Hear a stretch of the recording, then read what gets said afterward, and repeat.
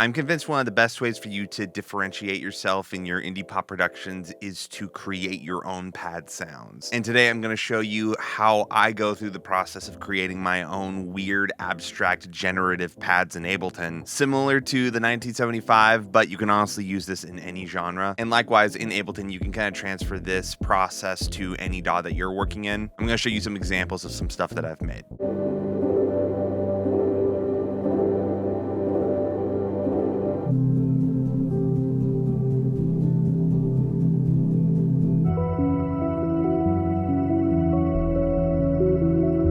So if you're interested in making weird sounding pads like that, you're in the right place. But really quick, I thought I would go over why we would take the time to make our own pads in this fashion. And I think one of the first reasons is what I talked about in the intro, which is it just kind of gives you a really great starting point for creating a song that is unique to you instead of just pulling up a preset pad from something like Anna 2 or even something like Arcade, which by the way are both amazing and I love using both of them. But when you are able to craft complex patches like this, and you're not just restricted to an ARP on a synth patch or a 4-bar loop of something, and you can actually create this generative thing that can be as long as you want it to be, it gives you the ability to create something that is different and set apart from what anyone else can have. And it also just kind of saves you a lot of time when you are working on a track and you can just pull in this really complex pad sound that you have made that is unlike any other sound that anyone else has made, and you can have like an 8-minute long version of it. Like, you're gonna struggle to find 8-minute long pads in the style that you want without filling up your hard drive with a bunch of things that are not that useful. I think another thing is if you wanted to make a track that was more of a sampling workflow thing where you're using like an MPC to sample something ambient, you now have a bunch of tracks that you can just sample without fear of getting a copyright strike. And if you want to just chop it down to be a little 4-bar loop of audio that you can just loop throughout one of your songs, it's very easy to do that. I think another thing that's fun about making these pads is that when you do this, you get to use all of like the weird sound design stuff in all of your synth presets and effects presets that you have just never been able to use. Like, whenever you go through a synth, I feel like there's this part of the process where you're just like, how on earth am I supposed to use this patch in anything musical? And since we're getting into the world of ambience and pads, really unique and weird sound design can actually play really well once it rolls down the waterfall. Once you've taken this really weird sound and thrown it through filters and reverbs, and you've blended in with a higher octave of some other synth, it could work really well. So it kind of gives you an excuse to go through all of your sample libraries, all of your synth presets with a new set of eyes of like, oh, I can use most of this stuff now. And this might just be for me, but I feel like making these kind of pad sounds, it's such a calming process. I'm not even joking. Sometimes I will come in here after I have worked on a day of production stuff and just make pads because it's actually a really fun, relaxing thing to do. It's almost like a very granular version of songwriting, but instead of having to worry about if the chorus hits or if this lyric is good, you just get to sort of bathe in these textures and just enjoy them for what they are. And then, like I showed you at the beginning, you can release them as songs if you want. Like, I'm just doing this for fun right now because I haven't released music in a while. So I thought I would just make like lo-fi studying music. But this is honestly the genre of stuff that does really well on Spotify. A majority of Spotify's listeners are actually like college students. So anything that could be used as studying music or relaxing music or meditation music, that's actually probably one of the most profitable genres that you could be in right now. The Facebook group Make Pop Music has a podcast called Soundtable, and they had the producer Platinum on, and he talked about how he has like multiple lo-fi projects that he'll just work on a song for like 5 minutes and then arrange whatever he wrote in that 5 minutes into a song and then just release it. So yeah, if that's another reason for you to jump into it, I would highly suggest it. So let's just jump into it now. I think one of the most important things is sound choice, just because whatever sound texture you choose at the very beginning of the process is going to kind of determine what kind of pad it ends up becoming. So for example, I made a lot of these pads with the Noir Felt sound in Native Contact,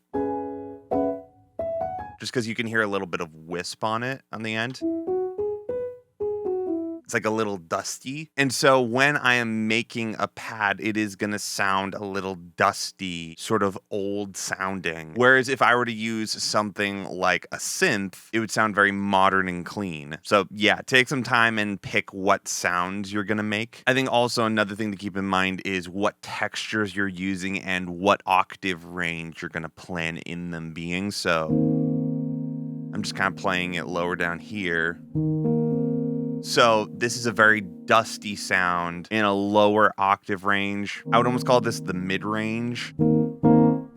So if I was going to try to layer this with some other instruments, I would want to have a slightly different texture in the high end. Maybe I could have a different texture in the low end. So for the top end, I would probably use something like a guitar or some other element that had a lot more of a brighter high end, maybe didn't have as much mid-range in it. So yeah, you kind of have to arrange your pad almost as if it is a song. And now let's get into the fun part, which I would call like sequencing or like note generation. So here we are in Ableton, and I've already made a MIDI device that kind of helps me do this. So here's one that I've made. So if I just hold down one note,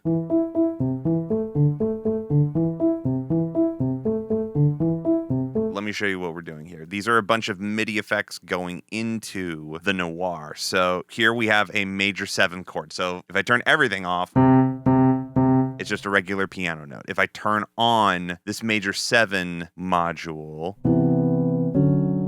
it's just going to take any note that I am playing right now and turn it into a major 7 chord. I'm then running that into an arpeggiator. Sometimes I also use this random generator here, which just will randomly change the MIDI note into something completely different. If it's yellow, it's on the 0, which means it's just letting things pass through. But when it gets to that plus sign, it means that it's changing it from what the standard MIDI note going into it is doing. And all of this sounds very random, but we finally have this at the end, which is the scales module, I believe it's called. It's a way for us to say any note that is going through our MIDI get transposed into a scale in a certain key. So you can hear, even though I'm playing a C sharp, a D sharp,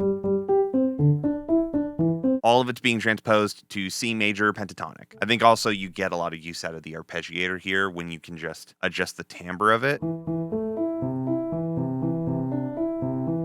I would say also, depending on what kind of flavor of a pad you want, you really want to get picky about what kind of intervals you're allowing. I would say if you want it to be as clean as possible, just have everything be transposed to either a root or the 5th. So right here, I've made it so that a majority of the notes are going to be either on the root or the 5th. And since this patch that we've made is literally random, like it will randomly change the MIDI notes that we're going to, there is a chance that it will just throw it off into some random scape. So when we hold a note and we're saying quantize it to these notes, we're also kind of choosing the probability of those notes ending up in whatever pad we're playing. So there is a 1 out of 3 chance that it will be a low root. There will be a 1 out of 6 chance that it will be a high octave of the root. There will be a 5 out of 12 chance that it is the 5th. And there will be a 1 out of 12 chance that it will just be the major 2nd. And then adjusting the probability or chance going into that will make it a little bit more black and white. So if I want it to be a little bit more reliant on the notes that I'm actually playing, I'll bring this chance knob down.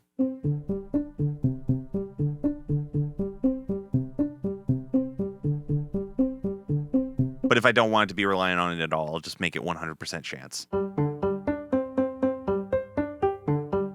And again, all of these MIDI effects can kind of be like swapped around and turned into something different. I would recommend making sure that if you're using a MIDI quantizer, that you have that at the end of your chain, just so you can guarantee that anything that you play does get quantized to the scale that you're trying to make. So here, let's just have this guy be the start of an ambient pad. And we're just gonna make him super long. And so now when we hit play, I think another thing that's fun to do is sort of messing with the bar lines, because we don't want this to sort of sound like it's constantly looping over itself. So something that I've found that kind of helps remove that sort of like constant like repeating motion over again is to record elements that are actually not generative. They're like repeating, looping parts, but we're not just doing a 4-bar loop. Sometimes we'll do like a 5-bar loop or a 7-bar loop. When you have multiple elements stacking on top of each other, they're all repeating, but they're not repeating cleanly, and they sort of like fade in and out of each other. So I'll show you how I do that. So let's just stay in contact for now. Switch up the patch. So what I'll probably do is take this guy, and what we've got here is a 5-bar loop, and then let's go back and add another layer. For this one, let's try something for the high end. You know, let's get weird. Let's play a bass. So right now I'm trying to find something that is going to work harmonically and make it interesting, but not be overbearing harmonically. Like, I don't want it to be so strong of harmonic choices right now that it like will make notes clash down the line.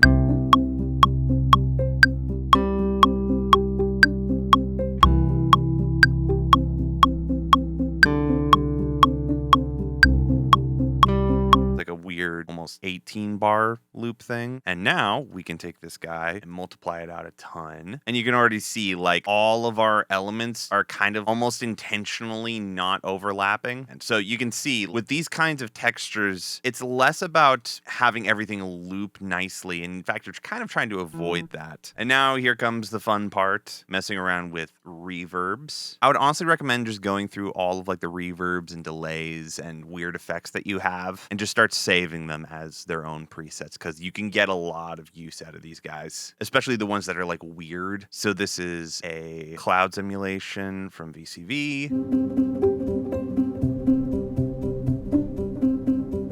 So you can already hear it getting a little weirder. Another thing that I like to do with effects, which is kind of a weird thing, instead of running our send effects to the master, we're gonna run them back into audio tracks here. So now we have our piano going to this VCV rack send, and we're controlling how much of our piano we're sending to this with our send control. But then on this send, we're then routing it back to an audio channel here in Ableton. So now if we want to get really weird with our processing on it, we can blend it into our mix as if it is another instrument. So for example, let's say I wanted to make this guy an octave up grains, which would sound like this. Sort of like the chirping insect sound. We can now blend that in here on this audio track. And then, since it's a track here on its own, if we wanted to have another reverb, like, say, a basic ROM sound that we wanted for all of our instruments, we could then also send this guy into that same ROM reverb.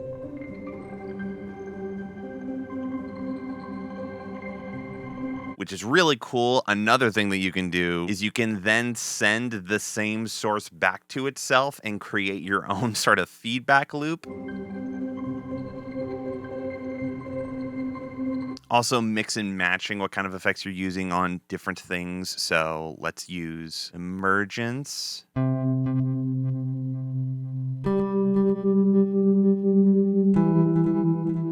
Make it really weird, and then we can use something like delay, which is a really fun sound design bass delay. And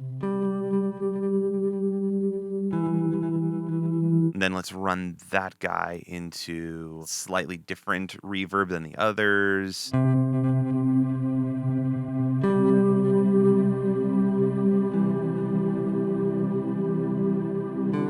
Let's maybe cut out some of that high end.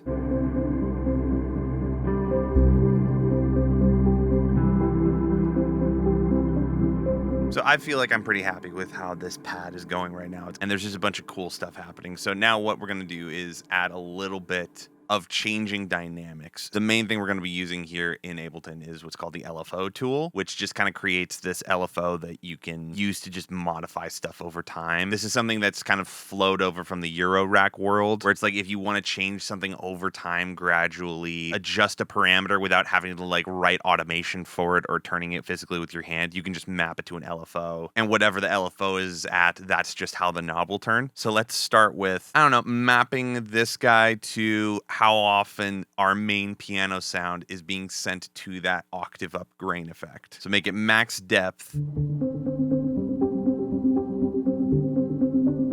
then as it comes up,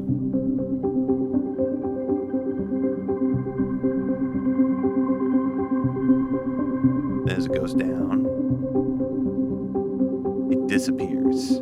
And what we can do here is we can set the limits of how low or how high it can go. So for example, right now it is at the top of the peak, 100% of this piano is being sent to that octave up grain. And at the bottom of this peak, it's not going at all. But we can adjust that so that at the bottom, it's only like 45% of what it could be. And at the top, so if I slow down the rate, you can kind of see that it's at max going to about like -9-ish. And at the lowest going to about -20, which I think is a lot more of a gradual fade. We don't want it to be completely blown out, but we want it to like be there just a little bit.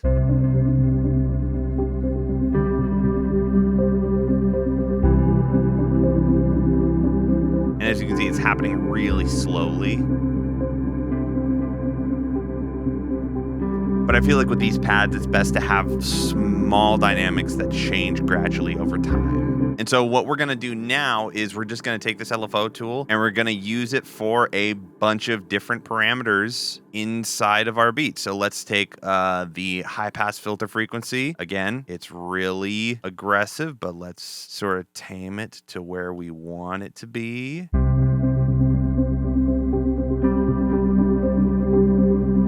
Then make the rate really slow. We can also use an offset to make sure it's not perfectly matched up with the other one. We want them to sort of like duck in and out of each other. We can also do this with dynamics inside of the plugin. So let's take our LFO tool, go to our one that's playing our bass, and do something weird like, I don't know, let's mess with like the tonal shift, color. And I think something that's cool is we can actually map multiple things in Ableton with one LFO tool. So we're going to map tonal shift to this one here. But then if we hit this little clipboard here, we have multiple LFOs. So let's hit map again and go to color. And these guys are in sync, and we can actually set different parameters for both of them. So for our tonal shift, let's have it be about that range, just a little crazy. And then our color, we want to get a little bit aggressive at the top. So let's go to like 83. Maybe like 35. Okay, so you can see they're slightly different. Again, bring down that rate so that these changes are happening gradually over time.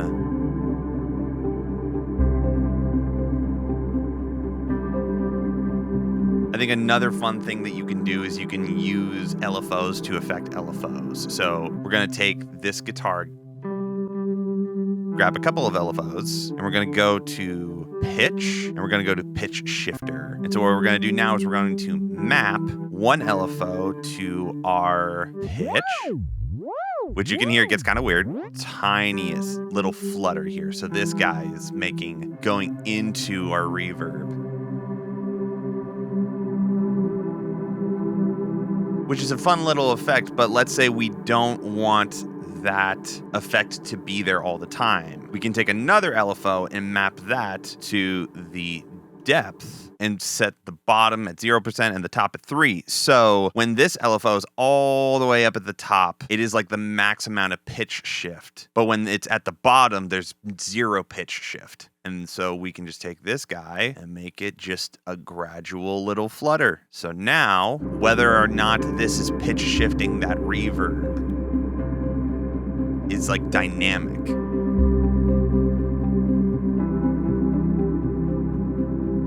We can also use the LFO tool to sort of bring in musical elements. So let's take a utility LFO, max it at 50, and then we are going to map that to the gain knob. So that is now controlling whether or not our bass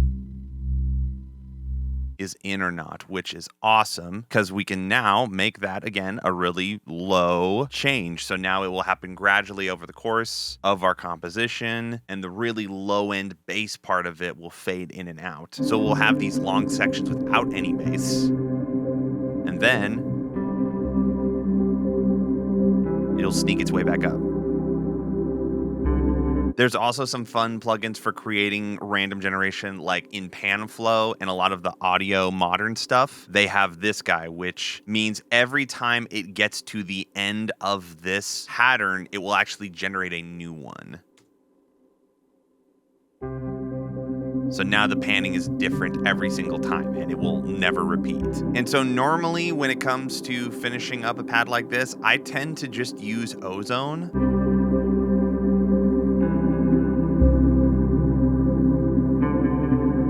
And yeah, normally it gets pretty close. You might need to tweak it a little bit. But yeah, we've made a really cool pad now. So you can render this out as an audio file. You can save this session, maybe have this as a template so that you can start doing it over and over again. And again, this is one example of how you can make a pad, but literally swap out what your starting instrument is or what kind of reverbs you're using. If we just changed our note choices at the beginning to be C major instead of C major pentatonic, that would change it entirely. So again, this is really exciting stuff. But yeah, I think I'll leave that for now. If you've enjoyed this kind of video, please let me know. I do love sound design stuff, but I'm kind of unsure if people on this channel are interested in stuff like that. So if you are interested, let me know. Like, comment, subscribe, all that. But yeah, I will be seeing you guys next week.